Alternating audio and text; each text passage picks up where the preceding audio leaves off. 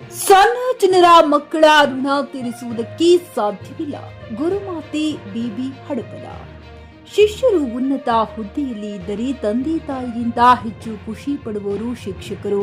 ನಾನೇ ಬಿತ್ತಿದ ವಿದ್ಯೆ ಎಂಬ ಬೀಜ ಇಂದು ಹೆಮ್ಮರವಾಗಿ ಬೆಳೆದು ನನಗೆ ಫಲ ಕೊಡುತ್ತಿರುವುದನ್ನ ನೋಡಿ ನನಗೆ ಖುಷಿಯಾಗಿದೆ ಎಂದು ನಿವೃತ್ತಿ ಹೊಂದಿದ ಬಿಬಿ ಹಡಪದ ಗುರುಮಾತೆ ಹೇಳಿದರು.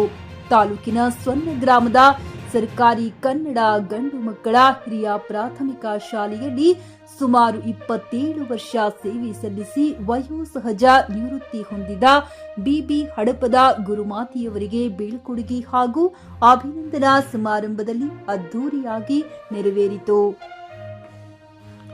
ಹಿರಿಯರು ಹಾಗೂ ಹಳೆಯ ವಿದ್ಯಾರ್ಥಿಗಳು ಸೇರಿ ಕನಕ ವೃತ್ತದಿಂದ ರಥಯಾತ್ರೆ ಮೂಲಕ ಗ್ರಾಮದ ಪ್ರಮುಖ ಬೀದಿಗಳಲ್ಲಿ ಸಂಚರಿಸಿ ಮಾರುತೇಶ್ವರ ದೇವಸ್ಥಾನದ ವೇದಿಕೆಗೆ ಬರಮಾಡಿಕೊಂಡರು.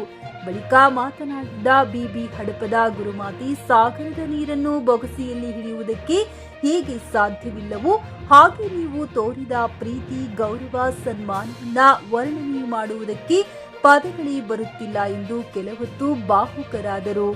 ನಾನು ಸೇವಾ ನಿವೃತ್ತಿ ಹೊಂದುತ್ತಿದ್ದೇನೆ ಎನ್ನುವುದು ನನಗೆ ನಂಬುವುದಕ್ಕೆ ಆಗುತ್ತಿಲ್ಲ. ಮಾರುತೇಶ್ವರ ನನಗೆ ಎಷ್ಟು ಶಕ್ತಿ ಕೊಟ್ಟಿದ್ದಾನೋ ಅಷ್ಟು ನಾನು ಮಕ್ಕಳಿಗೆ ದಾರಿ ಎರೆದಿದ್ದೇನೆ. ನೀವೆಲ್ಲರೂ ಹೇಳಲಾರದಷ್ಟು ಪ್ರೀತಿ, ಅಗಾಧವಾದ ಸಹಕಾರವನ್ನ ಕೊಟ್ಟಿದ್ದೀರಿ. ನಾನು ನನ್ನ ಕರ್ತವ್ಯ ಮಾಡಿದ್ದೇನೆ. ಈ ಸಂಸ್ಕಾರ ಒಂದೇ ದಿನದಲ್ಲಿ ಬರುವಂತದ್ದಲ್ಲ. ಈ ನೆಲ ನಿಮ್ಮೆಲ್ಲರ ಮನೆತನದ ಋಣ ಇಂದು ನಿಮ್ಮನ್ನ ಈ ಹಂತಕ್ಕೆ ತಂದಿದೆ. ಸೊನ್ನ ಗ್ರಾಮದ ಜನರು ನನ್ನನ್ನ ತಮ್ಮ ಮನೆಯ ಸದಸ್ಯರೆಂದು ತಿಳಿದುಕೊಂಡಿದ್ದಾರೆ.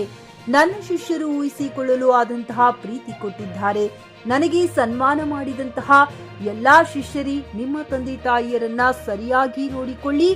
ಶಾಲೆ ಮೇಲೆ ಕಾಳಜಿ ಇರಲಿ. ಗುರು ಹಿರಿಯರನ್ನ ಗೌರವಿಸುವಂತಹ ಮಕ್ಕಳು ನೀವಾಗಿ ನಿಮ್ಮ ಮಕ್ಕಳಿಗೆ ಕಷ್ಟದ ಜೀವನ ಪರಿಚಯಿಸಿ ದುಶ್ಚಟಕ್ಕೆ ಬಲಿಯಾಗದಿರಿ ಎಂದು ಮಕ್ಕಳಿಗೆ ತಿಳಿ ಹೇಳಿದರು. ಈ ಸಂದರ್ಭದಲ್ಲಿ ಕ್ಷೇತ್ರ ಶಿಕ್ಷಣಾಧಿಕಾರಿಗಳು, ಆರ್ಎಸ್ ಸಾಧಾಪುರ ಸಹ ಶಿಕ್ಷಕರು, ಊರಿನ ಹಿರಿಯರು, ಗಣ್ಯರು, ವಿದ್ಯಾರ್ಥಿನಿಯರು ಉಪಸ್ಥಿತರಿದ್ದರು. ಕಾಜಾ ಮೈನುದ್ದೀನ್, ತಹಶೀಲ್ದಾರ್, ಜಿಕೆ ನ್ಯೂಸ್ ಕನ್ನಡ, ಬೆಳಗಿ.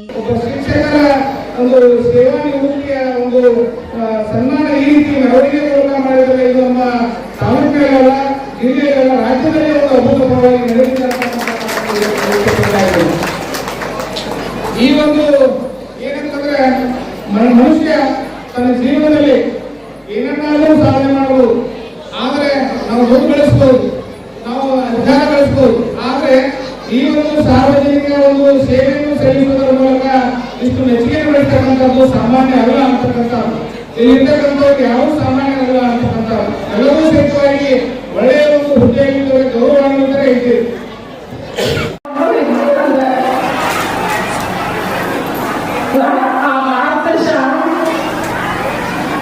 ಎಷ್ಟು ಶಕ್ತಿ ಕೊಟ್ಟಾನೋ ಅಷ್ಟನ್ನೆಲ್ಲ ನಮ್ಮ ಮಕ್ಕಳಿಗೆ ದಾರಿ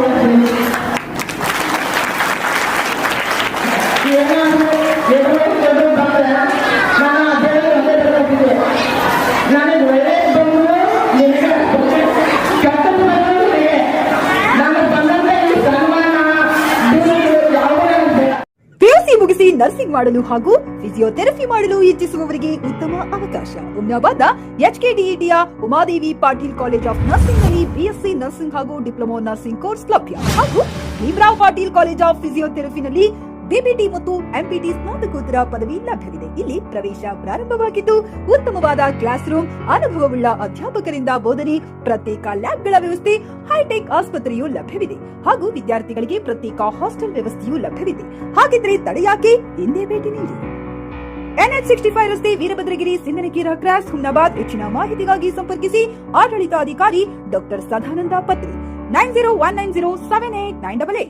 ಯುವ ಕ್ರಾಂತಿ ಸಂಘಟನೆ 13ನೇ ಸಂಸ್ಥಾಪನಾ ದಿನ ಇದೇ ಆಗಸ್ಟ್ 16ನೇ ಶನಿವಾರದಂದು ಬಸವ ಕಲ್ಯಾಣದ ಮಾತೆ ಮಹಾದೇವಿ ಫಂಕ್ಷನ್ ಹಾಲ್ನಲ್ಲಿ ನಡೆಯಲಿದ್ದು ಸಹಸ್ರಾರು ಸಂಖ್ಯೆಯಲ್ಲಿ ಭಾಗವಹಿಸಲು ಸಂಸ್ಥಾಪಕ ರಾಜ್ಯಾಧ್ಯಕ್ಷ ಗುಂಡೂರೆಡ್ಡಿ ವಿನಂತಿಸಿದ್ದಾರೆ.